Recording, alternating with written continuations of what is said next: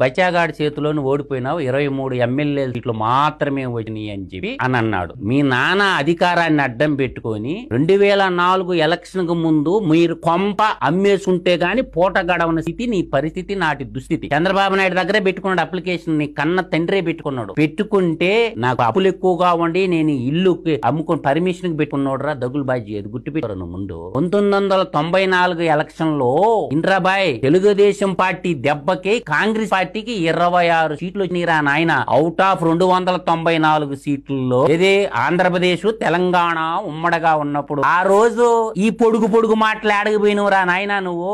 ఆ రోజు తెలుగుదేశం పార్టీ కొట్టిన దెబ్బకే నీ తండ్రి గారు అయినటువంటి కాంగ్రెస్ పార్టీకి గోరీ కట్టడం జరిగింది. ప్రతిపక్ష హోదా కూడా లేకపోతే మీ తండ్రి అసెంబ్లీ నుంచి పారిపోతే హైదరాబాదు పెద్దమ్మ తల్లి ముద్దు బిడ్డ అయినటువంటి పీజేఆర్ గారు ప్రతిపక్ష నాయకుడిగా నిలబడ్డాడు. ఇది చరిత్ర తెలుసుకో.